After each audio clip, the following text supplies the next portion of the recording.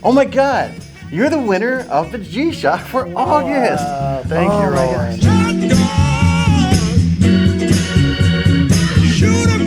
Thanks for watching Roland Digs It. I'm Roland, and if you're wondering who this is sitting next to me, this is the winner of the G-Shock for August. Cody. This is Cody. You can say hi, Cody. Hello, YouTube. And I thought it would be fun to not only be here to give the G-Shock watch to the winner, but also to kind of delve in a little bit to their collection. Since I don't really get to see you guys' collection very much, I thought it'd be a little bit of fun to kind of see what you collect. So we're gonna ask Cody 5 questions, give him the G-Shock, which I already did, so let's just do that one more time. Let's pretend. Yeah. Here you go. Where's it at? There you go. Ready? Okay, he's gonna look surprised. Ready? Oh my God! You're the winner of the G-Shock for August. Thank you, Roland. Gosh. Isn't that amazing? Awesome. Yeah, so there you go. There you go. I also wanted to find out a little bit about Cody's collection and then see what he's into.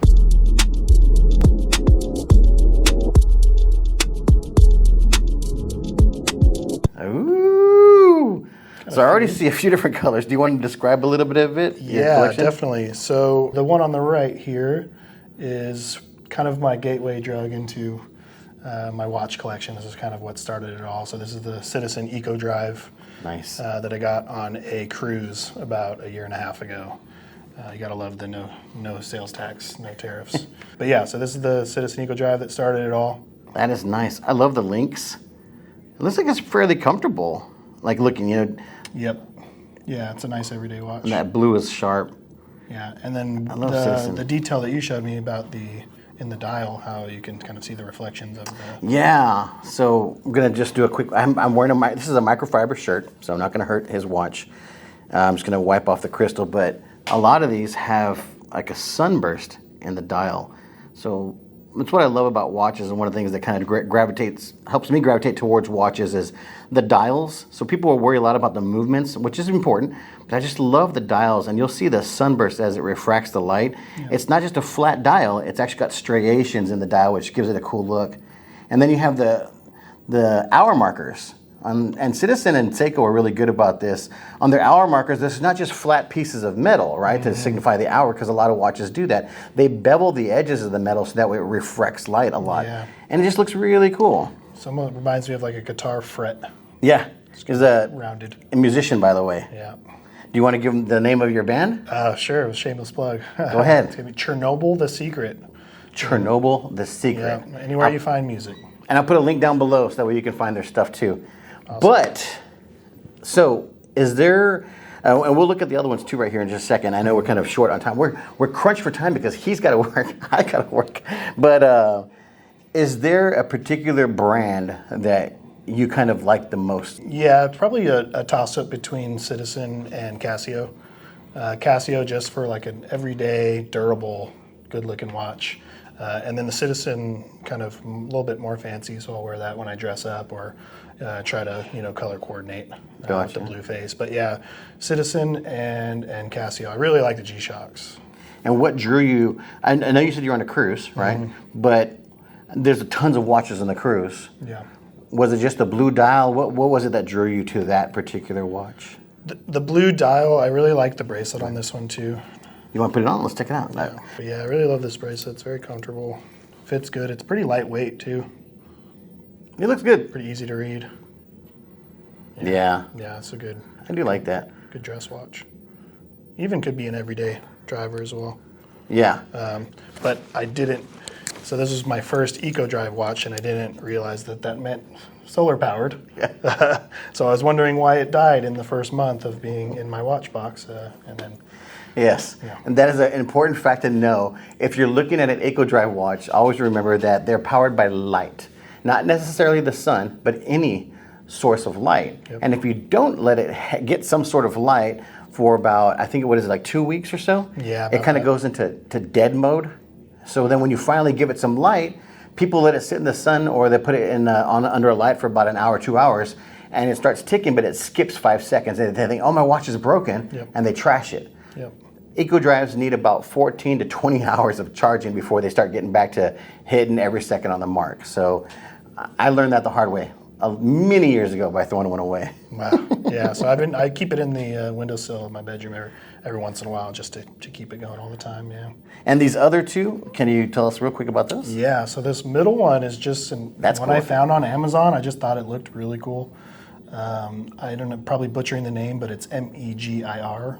Megir, I believe. Megir? Something like that. Yeah. It was called a military. Was the kind of Nice. model, and I just thought it looked really cool. Kind of reminded me of a Richard Mille a little bit, kind of that style, big, bulky with a silicone strap.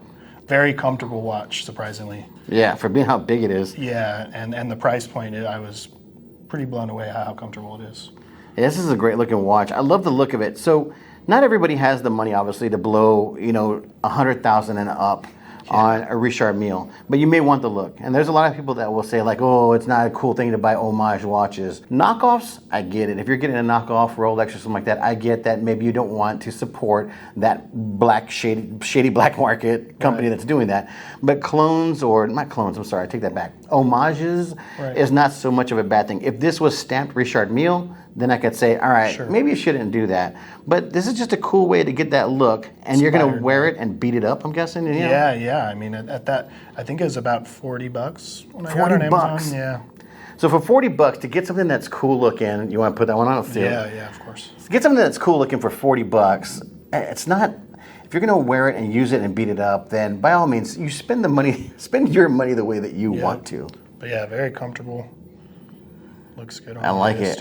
I'd say it the looks only really con, good on the blue. Yeah, is depending on what time it is, sometimes it is kind of hard to read. Yeah. So it kind of blends in with the background. Which is funny because when people do the YouTube videos and stuff of the Richard Milles, and I think the same thing. Like, I don't know how they paid $250,000 to still not be able to read the time. Because it's not the time, you can't see it any better on the $200,000 watch than you do on the $40 watch. And it tells the same time. And it tells the same time. In fact, if you want to really get down to it, the brass tacks of it, a quartz watch is going to tell better time than that Richard Mille that costs $200,000. It will. I guarantee you that Richard Mille will lose 10 seconds a month probably, or gain 5 to 10 seconds a month. Whereas a quartz, it's usually bang on. It doesn't lose any time. Yeah. So we'll do another question here. Sure. Out of all the watches you have, and by the way, this is not his entire collection. This is just what he brought because he wanted to have a little fun. Yep. What is your rarest watch in your collection? I'd have to say I have a Timex from the, I'd say early 2000s, maybe mid 2000s, 2004, 2005 era. It's a Timex that they did in collaboration with Troy Lee Designs, which is like a motorcycle apparel company, and they make gear and stuff like that. And they made one with, I believe it was Jeff Ward, who is a famous motocross rider. So it's a big silver one, blue face, and on the back side it actually has him on a motorcycle etched into it. Nice. It's kind of a limited edition.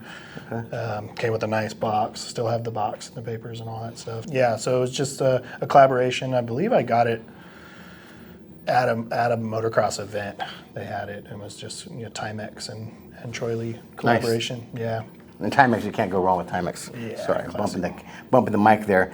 We're going to look at the last one that you have here, which appears to be a G-Shock GA2100, I'm guessing? It is, yep, 2100 4A, I believe, is the reference number. First G-Shock in my collection. I love this one, just the all red. Yeah. Still actually very easy to read, even though it's all kind of the same color. Very comfortable watch. Don't wear it too often. I like to wear it when it matches with what I'm wearing, just because it is so red. Yeah. It is a cool looking watch. Yes, and self-setting as well. Self-setting. Kind of tell it what time zone you're in, and then it just with the app. Right on the watch. Yeah, you just switch it to Central Time Zone, and it automatically put the right time. I don't mess around with the GA2100 so much. I do have one, and I've worn it on the watch channel, or worn it on the channel a few times. I've said it years ago, and I completely forgot how, but I believe what he says is right. You just dial it in on the digital side, and then the analog hands, will just start moving to wherever they go, which is a kind of neat feature. Yep. What I've always loved about the GA2100s is whenever you push the the light to turn it on, I just love how it fades out. It just gives it a little sense of like class. It fades. It doesn't just turn off. Right. I set it to the longer duration as well. Let's see that one on your wrist. The reds pop, especially like, Cody has, about the same skin tone as mine. He's probably maybe a little tiny bit lighter. I can't tell. Yeah, I'm a little darker than I usually am though, because I've been on a cruise and it's summer. So, but yeah, like an all black outfit with some red shoes and Yeah, red that looks watch. pretty sharp. Yeah, I really love this watch. Gets compliments I all do the like time. that. I dig it. Yep. That's one that I definitely did. Roland digs it. Yep. And then I have one honorable mention that I just actually wore on my wrist today, Oh yeah, it's got a really nice field watch. which is my latest addition to my collection, which I also got on the most recent cruise that I went on. By the way, what he's talking about, if you're not familiar, a lot of cruise lines, Royal Caribbean, Carnival, Princess, whatever, it doesn't matter. They sell things, right? They're always selling stuff. And sometimes you can get really good discounts on watches. Yep. And people that have been on cruises will say, well, yeah, but I can get it technically cheaper at Macy's. Sure. There are times that you can get it cheaper at Macy's, but don't forget, wherever you live, there's a sales tax that you have to add. Yep. Where on the cruise ship, not only can you sometimes get a discount, which puts it at like your department store price, but then you're not paying that tax. Right. And that can be huge to some of you folks that live in Canada, for instance, where you have a tax of like 13% in some provinces. Yep. Yeah. So it was 30% off the retail price, and then also no tax. So pretty good deal there. But nice little field watch. I wanted to get something that I could kind of wear more business casual, with a leather strap, genuine leather strap. Yeah. Green dial really popped out at me. I wanted something with a green dial. And I really like the white hands and the really big numbers as well. So I was just looking at this, and it's funny. So I did say field watch, and I think I might need to correct myself. I think it's a Flieger. And the reason I think it's a Flieger is because the huge numbers are indicative of a field watch, but it has all the numbers all the way around, where a lot of times the field watches will only have 12, 3, and 6 or 9. And then not only that, but it's got this triangle at the top with the two little loom pips, and that is really reminiscent of what a Flieger does. So I think that really is more in line with a Flieger. This is a really nice watch. And then the big crown, because you have the big giant crown, because if you're a pilot and you're flying planes out there in World War II or whatever it was back in the day, or Vietnam, it doesn't matter, they have gloves on, it makes it easier to manipulate the crown because it's such a large crown. A lot of flight watches have that, like your IWCs. Go ahead, I'm sorry. I believe the arms are luminous as well. Yes, illuminated. Yeah, which it surprised me when I first saw that. I didn't know. Also an ecodrive. Yep. That is so crazy. And here's what I love about Citizen. This is an ecodrive, which means this dial that you're looking at right here, it's a solar panel. How? Because it doesn't even look like there's a solar panel there. But there's a solar panel. That is so freaking awesome. And then the leather strap is another, I guess another signature that flight watches tend to do. Yeah. But this is a great looking watch. That is nice looking. I like Citizen. I love Citizen, by the way. Me too. So much value for the dollar that you pay is Citizen. Anyways, Definitely. so now that we've seen this collection here you have, is there a grail watch, something that you would always dream to have? I'd say probably before I started getting into watches, it would be a Rolex, just because that's like a watch that most people would like to own if they're into watches. But since I've been doing more research, I really, I guess more of a grail would be something that I could afford. Yeah.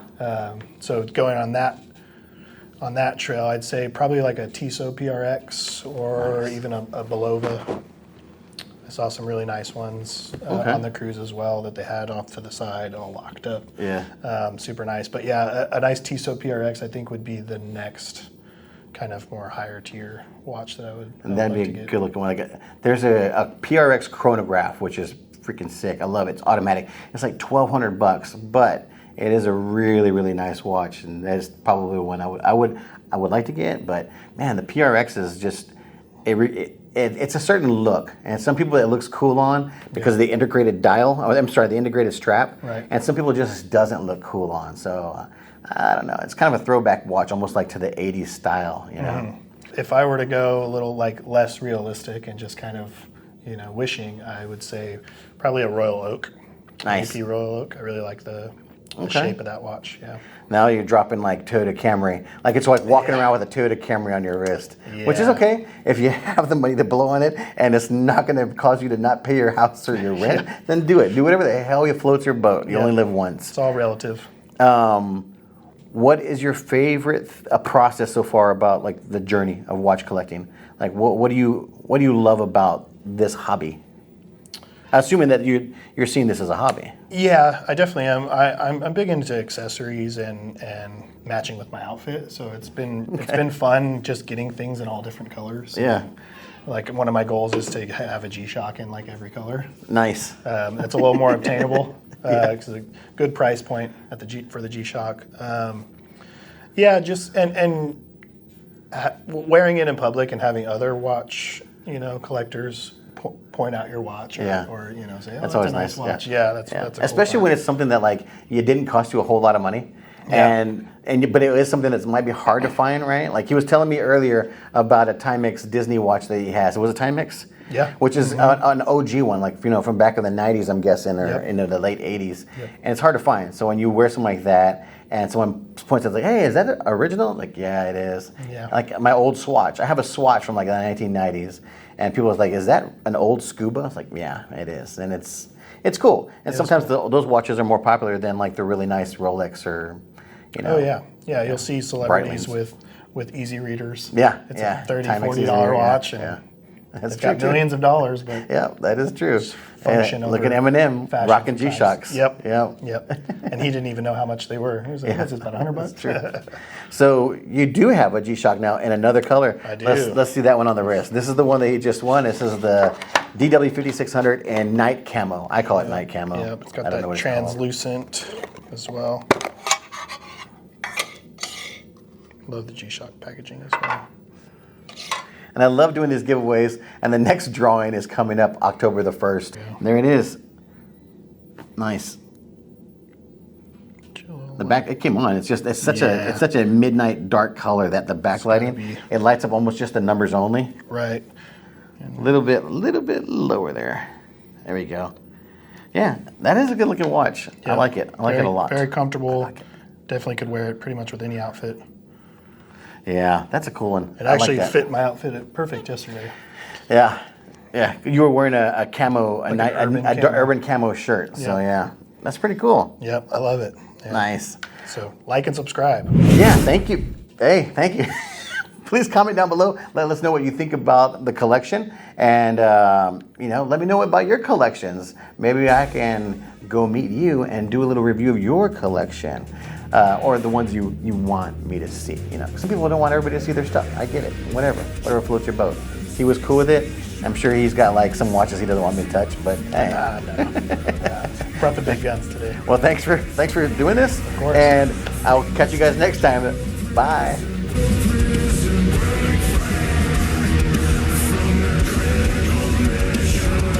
Oh my God.